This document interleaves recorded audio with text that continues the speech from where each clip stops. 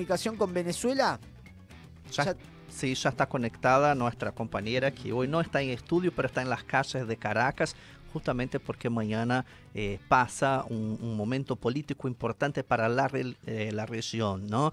Venezuela, los 21,4 millones de venezolanos y venezolanas habilitados a votar van a las urnas. Y para hablar un poco de la semana, de cómo fue el cierre de las dos campañas, ¿no? Creo que Úrsula hasta acompañó las dos campañas y queremos escuchar un poquito. ¿Cómo estás, Úrsula? ¿Cómo están por allí? ¿Cómo andan? Bien. Yo diría que curioso, expectante también, como yo decía, ¿no? Son 21,4 millones de venezolanos, Sí. venezolanas que van para las urnas. Leí en la semana que más de 600.000 jóvenes van por primera vez votar y tiene ahí un papel importante en estas elecciones. No nos olvidemos, Leo, que el presidente en Venezuela tiene un mandato de 6 años, ¿no? Sí. Entonces Maduro va por intentar su tercer mandato, ¿no? Por la reelección. Úrsula, ¿cómo sentiste vos que acompañaste esta última semana, ¿no? Quería empezar por el final, ¿no? Primero por los cierres de campaña. ¿Vos estuviste en los dos cierres, es así? Sí, estuve en los dos cierres de campaña. Hay algunos puntos ahí mientras escuchaba que me gustaría después retomar, pero estos cierres de campaña, bueno, ustedes saben, como para reponer la información, quien va a la elección es Nicolás Maduro, que es el presidente actual de Venezuela, que hace 11 años que es presidente de Venezuela, de aquel momento tan épico, recordarán, en el 2013, cuando Chávez, antes de morir, en esa conferencia que brinda, muy emotiva, él estaba muy enfermo, y lo que dice es al pueblo venezolano que si él no estaba, que el pueblo elija a Nicolás Maduro. Maduro estaba sentado al lado. Bueno, y así fue, en realidad, ¿no? Porque en el año 2013 Maduro va a su primera elección, después de la muerte de Chávez, en aquel momento frente a Enrique Capriles, que lo conocemos bien, ¿no? Son quizás las figuras de la oposición venezolana han trascendido bastante las fronteras del país. Después, en el año 2018, frente a Juan Guaidó, que recordarán ustedes, luego se autoproclamó presidente de Venezuela, incluso la refinería, la petrolera, una filial de PDVSA, que es Citgo, que está en Estados Unidos, así como otros activos de Venezuela, le fueron entregados a Guaidó, eso pasó en el año 2018, y ahora Maduro va a su tercera elección, sería su segunda reelección, frente a 9 candidatos, pero quien despunta es uno de ellos, que es Edmundo González Urrutia, pero en realidad la figura central es María Corina Machado, que está inhabilitada para estas elecciones, porque ha pedido injerencias sobre Venezuela, sanciones, etcétera. Entonces fui a los cierres de campaña de Edmundo González Urrutia y de Nicolás Maduro. En el caso de la de Edmundo González Urrutia, si bien era una marcha que no era de poca gente, era una marcha grande, naturalmente la marcha de Nicolás Maduro es una muy impresionante en convocatoria, y ahí uno ve, bueno, también la capacidad que tiene el Partido Socialista Unido de Venezuela de territorialidad, de organización, de convocatoria. Pero bueno, un poco eso, en la marcha de Edmundo González Urrutia había, a ver, como para hacer un trazo grueso, estas demandas al estilo queremos ser libres, que no haya más una dictadura, que no haya más un régimen, queremos que nuestra familia vuelva, que nuestros hijos vuelvan. Ese era un poco el tinte, los colores, sobre todo el de la bandera de Venezuela, así que eso estaba expresado por un lado, y en la movilización por el encierro de campaña de Nicolás Maduro, decía, bueno, fue realmente una marcha muy, muy impresionante, son 7 avenidas las que lograron llenar, muy masivo. Ahí sí, además de los colores de la bandera venezolana, obviamente hay esta característica de la marea roja, ¿no? Un color rojo que tiene, bueno, este movimiento político desde su inicio. Así que esa es un poco la foto de las de los cierres de campaña, la pregunta que me hacías, Paulo. Perfecto. Antes de irnos a otros temas, quería hacer una consulta a vos Sí. sobre la figura del principal candidato, por lo menos lo que miden las encuestas, ¿no? Si es que se puede confiar en las encuestas, los números.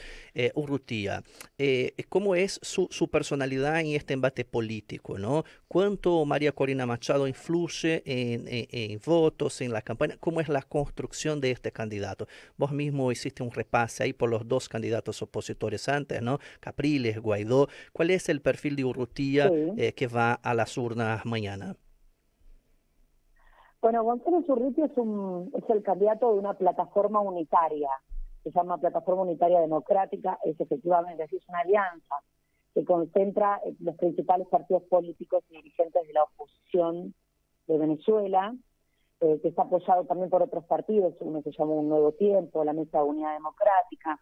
Es un político de carrera, el mismo González Urrutia, fue diplomático, dirigió el Comité de Coordinación y Planificación Estratégica del Ministerio de Relaciones Exteriores en los años 90 en Venezuela, fue embajador en Argelia también en esta misma década, fue también director de Política Internacional en el Ministerio de Relaciones Exteriores y fue embajador en Argentina, esto creo que lo habíamos comentado el sábado pasado, entre el 98 y el año 2002, fue nombrado por el presidente anterior, a Hugo Chávez, y cuando ya asume Hugo Chávez, dura 3 años en ese cargo, siendo embajador en Argentina. Ese es Edmundo González Urrutia, un político de carrera. Ahora bien, quien despunta y la figura central es María Corina Machado. María Corina Machado estaba muy presente, diría, en la movilización, de hecho, del cierre de campaña. Hablé con algunas personas y cuando les preguntaba por quién iban a votar y por qué, algunas personas me decían por María Corina.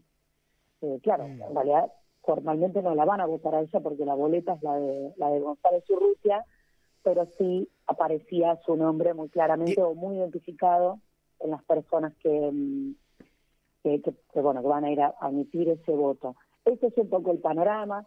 María Corina Machado es una figura que es la que ha tomado mucha fuerza en el último tiempo por parte de la oposición venezolana, que parecieran figuras, claro, uno los nombra, Juan Guaidó, Ricky Capriles, que como si fueran, a ver, qué palabra poner, como descartables, ¿no? Como que han cumplido un rol en algún momento, pero en ese momento están fuera del espectro aquí en Venezuela, ¿no?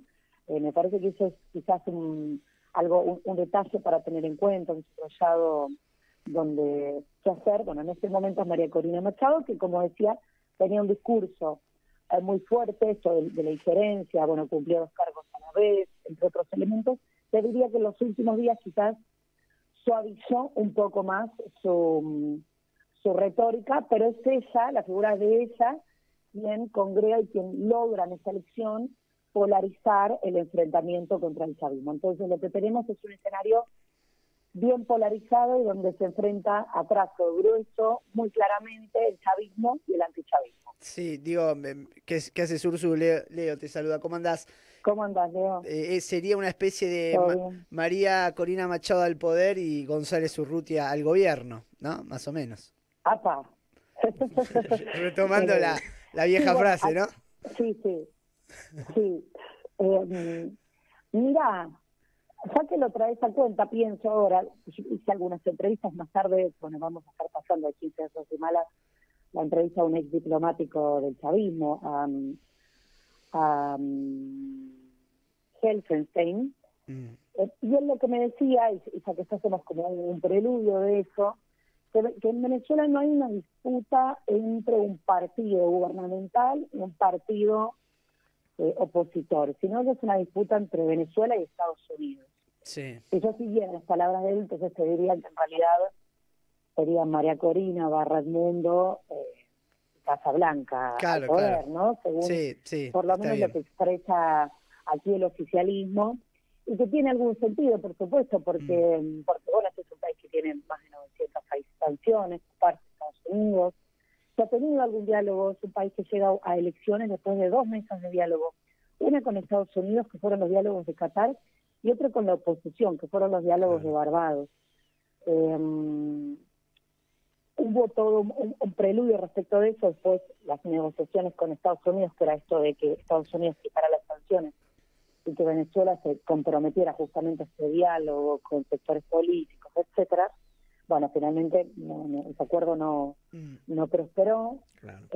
Entonces, claramente el enfrentamiento y lo que plantea, y la retórica en este caso del oficialismo, claro, tiene que ver con Estados Unidos, con el asedio que vive este país desde sus inicios, que ha pasado, hoy no es esa la situación, más allá de que hay mucho que mejorar, pero que ha pasado momentos económicos muy duros hace pocos años atrás. Perdón, Úrsula, un diálogo de intereses también, ¿no? Estados Unidos absolutamente interesado y necesitado del petróleo de Venezuela, por eso abre esa mesa también de negociación, lo que automáticamente refleja también en el tema económico del país, ¿no? En estos términos. Yo quería preguntar eso para vos un poco. Sí. ¿Cómo va a las urnas? ¿Es una otra Venezuela en términos económicos en comparación a años anteriores, ¿no? No estamos hablando que es un paraíso, ¿no? Sigue siendo más de 100% de inflación, o sea, pero en términos económicos los venezolanos van distinto a las urnas. Yo quería entender un poco cómo vos estás sintiendo ahí, si la agenda económica es el principal vector de voto. A ver, si bien hay un mayor dinero circulante que ese momento en el cual, años atrás las sanciones y la situación económica estaba muy difícil en Venezuela. Ahora tampoco, como decías, es un paraíso. Ha reducido la inflación, de hecho el Banco Central de Venezuela dijo que en mayo fue la inflación más baja en los últimos 20 años. Hay mayor dinero circulante. De todas maneras, claro que es un tema del debate. Cuando hablaba con algunos vecinos, lo que me decían es, no alcanza la plata, tampoco, yo hago esto, ¿no? como alguna crítica, como algún desencanto obviamente sobre lo que implica el bolsillo, sobre lo que implica la vida. Así que sí, claro que es un tema. Obviamente después hay todo un espacio muy orgánico, voy para ahí, del Partido Socialista Unido de Venezuela, que tiene una militancia muy muy fuerte, muy impresionante. Marcaba esta importancia de este partido porque tiene una carnadura, una territorialidad, una capilaridad, lo decía por estos días, quizás como ningún otro partido en nuestra región en este momento, jefes comunales, por sector, organización por manzana, es realmente lo que se llama el poder popular, ¿no? Es realmente muy impresionante. Y eso es un saldo que tiene en su haber, que tiene a favor el chavismo, que tiene a favor Nicolás Maduro. Existe toda esa fuerza. Creo que el desafío está en la conquista justamente de ese voto que quizás en Argentina decimos indecisos, ¿no? Esos votos de algún sector desencantado que en algún momento acompañó al chavismo, que fue a votar por Hugo Chávez, pero que ahora estamos desencantados. Y eso también lo vi mucho, porque aquí charlando con algunas personas en Caracas, era ese alguno de los panoramas, un poco de todo en realidad, ¿no? Pero esa voz también salía, y me parece que ese es el desafío un poco de esta elección, y ahí sí hay un discurso de matriz que a diferencia de la oposición ideológica, que es esto de la dictadura, quiero que vuelva mi familia, la unión, a diferencia de este otro, que quizás hay que ver cómo se comporta, es el que tiene algún desencanto, y ahí sí aparece el argumento económico. Sí. Ursu, ¿cómo está el clima previo? ¿Cómo lo notas la calle respecto a la elección? ¿Hay mucha actividad, hay mucha pasión, no tanto como esperabas? ¿Cómo ves esa calle? Me interesa eso, ver el clima de la calle.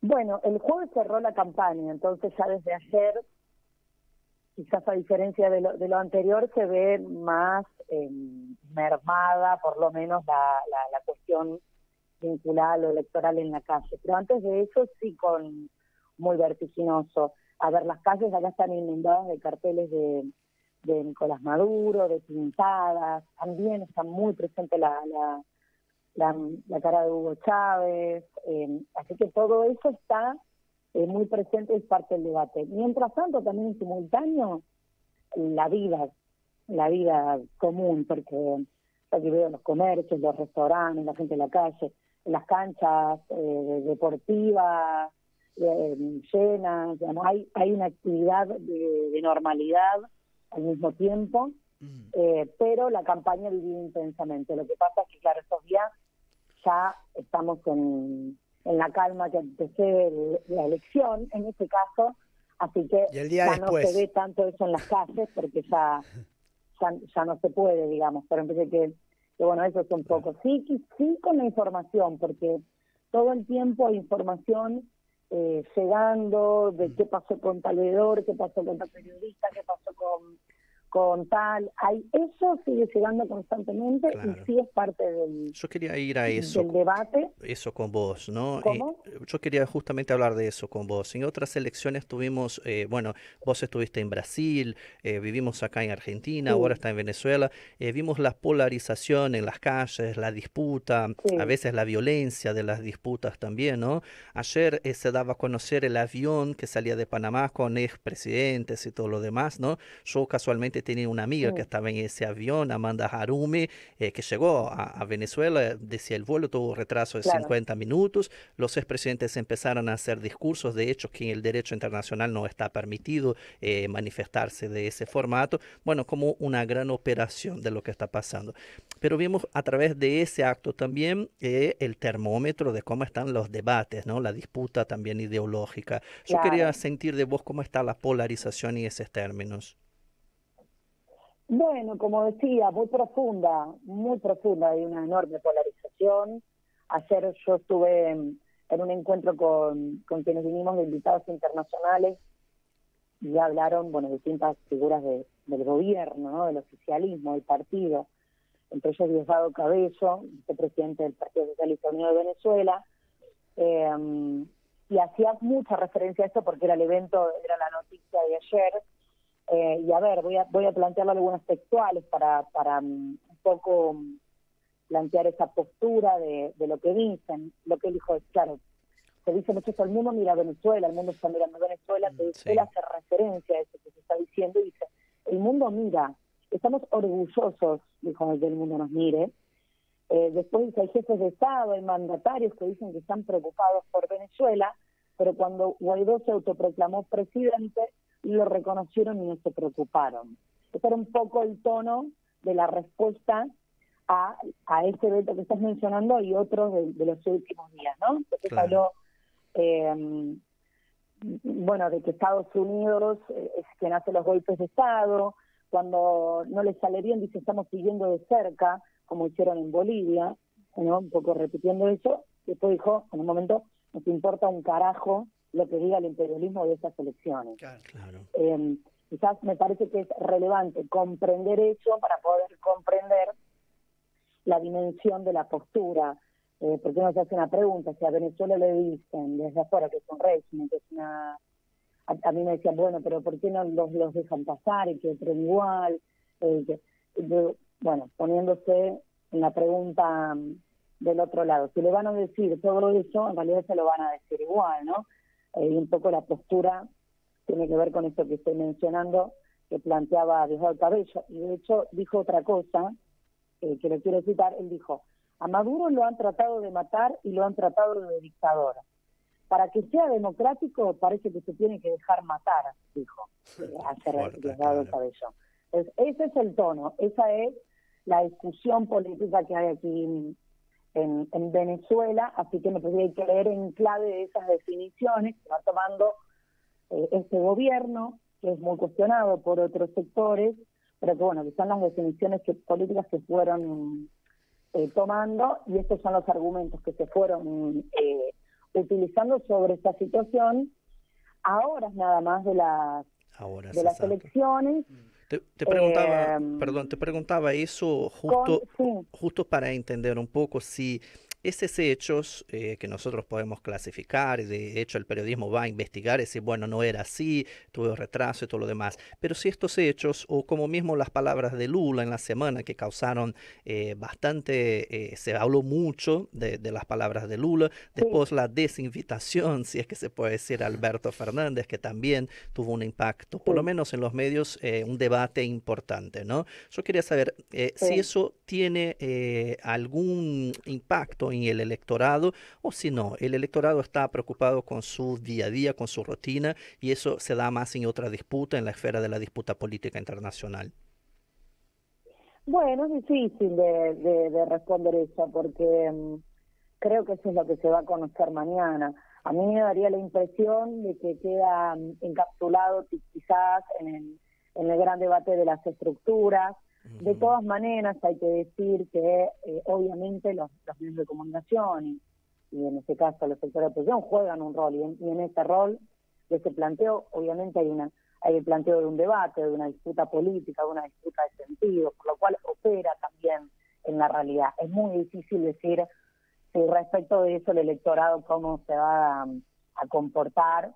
Es complejo. Creo que después hay sectores que claramente por ahorita tienen una posición tomada, y la discusión está sobre un sector que puede ser convocado, podría ser convocado por una u otra fuerza, si es que todavía no tomó la decisión.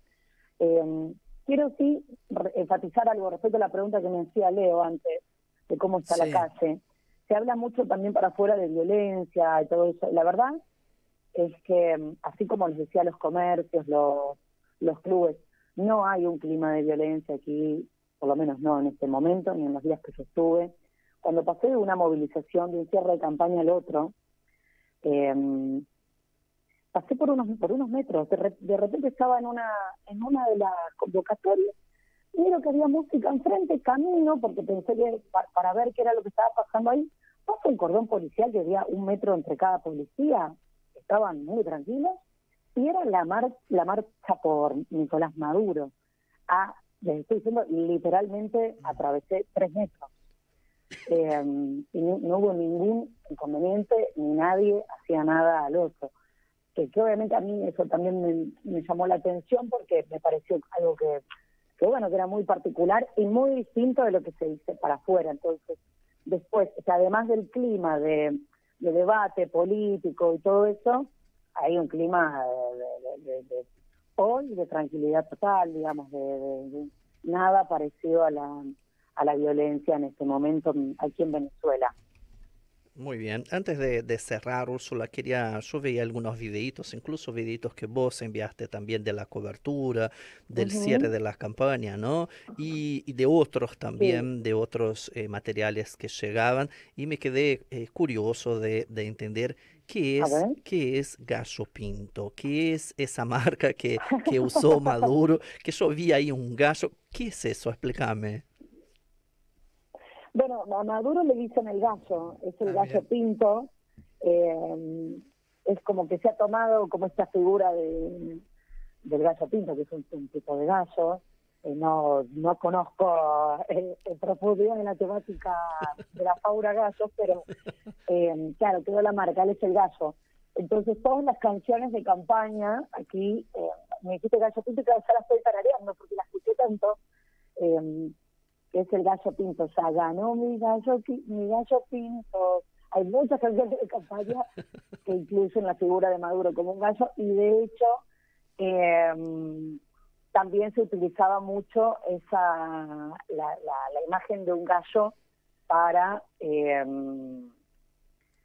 mostrar el apoyo, ¿no? De algunos, así como había M de Maduro, había algún super Maduro, cosas así. También había muchos gallos, porque el gallo Pinto es Maduro. Entonces aquí la gente dice, yo voto por el gallo Pinto, voy a votar por Maduro, voy a votar por el gallo Pinto. Acá estaba mirando mientras hablabas, y parece que es un gallo que tipo infantil, ¿no? El Gallo Pinto, con canciones infantiles, así que probablemente venga de ahí la cosa. Y bueno, el Gallo Pinto está muy presente en los canciones aquí, por lo menos. Traenos algún te pedimos, traenos algún souvenir del Gallo Pinto, por favor. Queremos un Gallo Pinto para cuando vuelvan. No te pedimos nada extraño por ahí, pero un Gallo Pinto sí, por favor. Si no, no vuelvas. Pinto. Vamos a ver si conseguimos. Dale. Cuando vuelvo. Si no, no vuelvas. Un datito más que les quería agregar respecto de lo que decían en el inicio de la presentación.